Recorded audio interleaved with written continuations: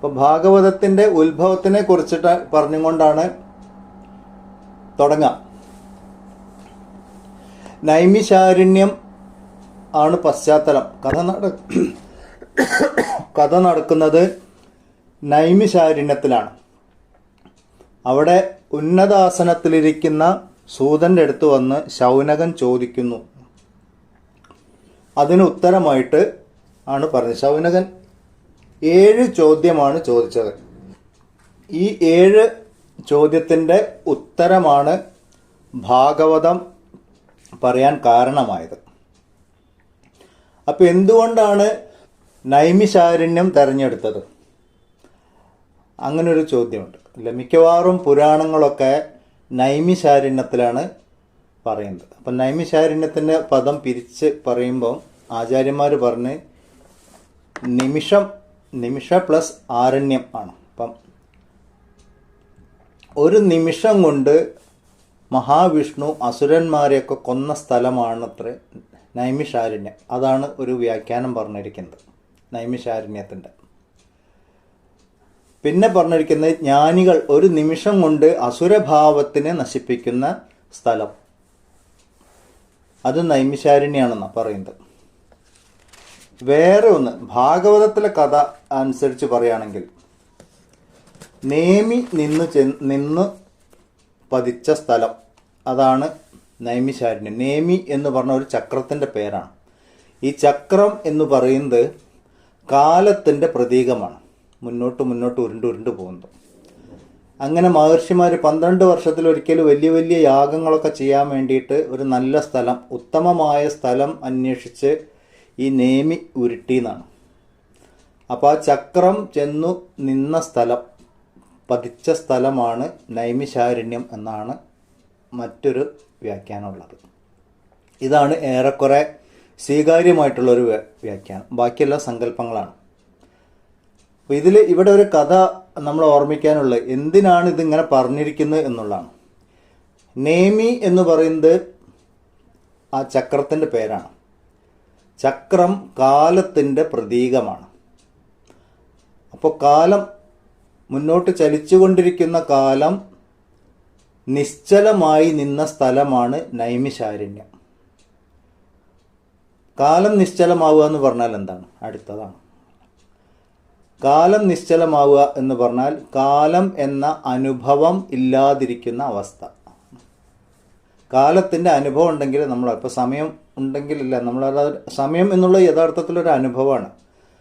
Watch നമ്മൾ എന്താ പറയുക, ഒരു അഡ്മിനിസ്ട്രേഷൻ പർപ്പസിന് 24 മണിക്കൂർ എന്നുള്ളത് അങ്ങനത്തെ ജീവിതത്തിന് ചിട്ടപ്പെടുത്താൻ വേണ്ടിയിട്ടാണ് നമ്മളത് ഉപയോഗിക്കുന്നത്. കാലം എന്നത് ഇപ്പോൾ തന്നെ നമ്മളൊരു അരമണിക്കൂർ ക്ലാസ് എന്ന് പറഞ്ഞാൽ അത് ചിലർക്ക് 1 മണിക്കൂറായിട്ട് തോന്നും, ചിലർക്ക് 5 മിനിറ്റായിട്ട് തോന്നും.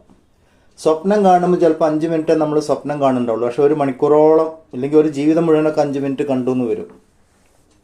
കാലത്തിൻ്റെ അനുഭവം വ്യത്യാസമുണ്ട്. അപ്പോൾ ഇവിടെ നൈമിശാരണ്യം എന്ന് പറഞ്ഞാൽ കാലത്തിൻ്റെ അനുഭവം ഇല്ലാത്ത സമയം, അതാണ് നൈമിശാരണ്യം. അതെപ്പോഴാണ് ഉണ്ടാവുക? കാലത്തിൻ്റെ അനുഭവം ഇല്ലാതിരിക്കുന്നത് എപ്പോൾ? അതാണ് അടുത്ത ചോദ്യം. ഇങ്ങനെ ഈ ആധ്യാത്മികമായിട്ടുള്ള അന്വേഷണം, ആത്മാന്വേഷണം നമ്മൾ വിചാരമാർഗത്തിലൂടെ പോകുമ്പം ഒന്നിനോട് ബന്ധിച്ച് കുറേ ചോദ്യങ്ങൾ വരും. ഒരു ചോദ്യം അതിൻ്റെ ഉത്തരം കിട്ടിക്കഴിഞ്ഞാൽ അതിനോടനുബന്ധിച്ചൊരു ചോദ്യം. അങ്ങനെ ചോദ്യങ്ങൾ ചോദിച്ച് മുന്നോട്ട് പോകാനുള്ള സ്വാതന്ത്ര്യം നമ്മൾക്ക് മാത്രമേ ഉള്ളൂ,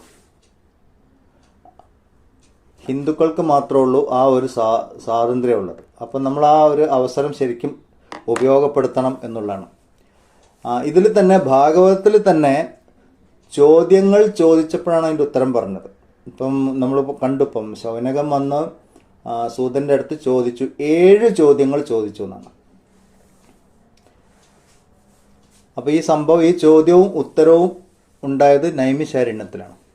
അപ്പോൾ കാലത്തിൻ്റെ അനുഭവം ഇല്ലാത്തത് ധ്യാനാവസ്ഥയിലാണ്. മനസ്സ് ധ്യാനത്തിൽ ലയിച്ചിരിക്കുമ്പോൾ കാലം എന്ന അനുഭവം ഇല്ല. അപ്പോൾ ശരിക്ക് നൈമിശാരണ്യം എന്ന് പറഞ്ഞാൽ ധ്യാനാവസ്ഥയാണ്. ധ്യാനാവസ്ഥയിൽ മാത്രമേ ആത്മജ്ഞാനം തെളിയുന്നുള്ളൂ. അപ്പോഴേ ഒരു ഉപദേശം നമുക്ക് വേണ്ട പോലെ സ്വീകരിക്കാൻ പറ്റുള്ളൂ, ഇല്ലെങ്കിൽ നമ്മുടെ ഉള്ളിൽ നിന്നുള്ള ആ അറിവ് നമുക്ക് വെളിപ്പെട്ട് കിട്ടുള്ളൂ. ധ്യാനാവസ്ഥയിലാണ്. അപ്പോൾ ഈ നൈമിശാരണ്യം എന്ന് പറയുന്നത് യു പിയിലുള്ള ഒരു സ്ഥലമാണോ എന്നൊക്കെ ചോദിച്ചാൽ അങ്ങനെ ഒരു പേരൊക്കെ ഉള്ള സ്ഥലങ്ങളൊക്കെ കണ്ടു എന്ന് വരും. ഞാൻ കഴിഞ്ഞ ക്ലാസ്സിൽ പറഞ്ഞ പോലെ പുരാണങ്ങളും ഇതിഹാസങ്ങളൊക്കെ ആകുമ്പോൾ കുറേ സ്ഥലത്തിൻ്റെ പേരൊക്കെ മാച്ചാവും. പക്ഷെ എന്തിന് ഓരോ പുരാണവും നൈമിശാരണ്യത്തിൽ പറഞ്ഞു എന്ന് ചോദിക്കുമ്പം ഈ ഒരു ഉത്തരവുള്ളൂ. ആത്മജ്ഞാനം, അതായത് നമ്മളുടെ ആധ്യാത്മികമായിട്ടുള്ള അറിവ് എപ്പോഴും ധ്യാനാവസ്ഥയിലാണ് നമുക്ക് കിട്ടുന്നത്. അതാണ് ആദ്യം മനസ്സിലാക്കാനുള്ളത്. ധ്യാനാവസ്ഥയിലുള്ള കാര്യങ്ങളാണ്. മനസ്സ് നിശ്ചലമായിരിക്കുമ്പോഴാണ്. അപ്പം ആധ്യാത്മികമായിട്ടൊരു അറിവ് കിട്ടണമെങ്കിൽ അതിന് പോയിരിക്കുന്ന ആൾ, പറയുന്ന ആളും, വക്താവും ശ്രോതാവും, കേൾക്കുന്ന ആളും പറയുന്ന ആളും മനസ്സ് ശാന്തമായിരിക്കുന്ന അവസ്ഥയിലായിരിക്കണം. ആ സ്ഥലം, ആ സമയം നൈമിശാരണ്യം. സപ്താഹ വേദികളൊക്കെ, ഇപ്പോൾ ഭാഗവത സപ്താഹം, ഭഗവത്ഗീത ജ്ഞാന യജ്ഞം, ഇങ്ങനത്തെ കാര്യങ്ങളൊക്കെ നടക്കുമ്പോൾ നമ്മൾ സത്സംഗങ്ങൾ, സ്വാധ്യായം, അതൊക്കെ നൈമിശാരണ്യം ആയിരിക്കണം. എന്ന് പറഞ്ഞാൽ പറയുന്ന ആളും കേൾക്കുന്ന ആളും ശാന്തരായിരിക്കണം. നമ്മുടെ ഉള്ളിൽ നിന്നുള്ള അറിവ് പകർന്നു കൊടുക്കാനും അത് സ്വീകരിക്കാനുള്ള മനോഭാവത്തിലായിരിക്കണം. അപ്പോഴേ നൈമിശാരണ്യത്തിൽ ആവുന്നുള്ളൂ. അപ്പോൾ ഇത് ചരിത്രപരമായിട്ടുള്ള ഒരു സംഭവമാവുന്നതിന് പകരം അവനവൻ്റെ ജീവിതവുമായിട്ട് ബന്ധപ്പെടുത്തി ചിന്തിക്കുമ്പോൾ നമ്മളെല്ലാവരും നൈമിശാരണ്യത്തിലായിരിക്കണം. ഭാഗവത ക്ലാസ്സുകളും ഭഗവത്ഗീത ക്ലാസ്സുകളൊക്കെ കേൾക്കുമ്പോൾ എന്ന് പറഞ്ഞാൽ മനസ്സുകൊണ്ട് നിശ്ചലമായി അത് സ്വീകരിക്കാൻ തയ്യാറായിരിക്കുന്ന തലത്തിലായിരിക്കണം. ഇതാണ് നൈമിശാരണ്യത്തിനെ കുറിച്ച് പറയാനുള്ളത്. ഓക്കെ.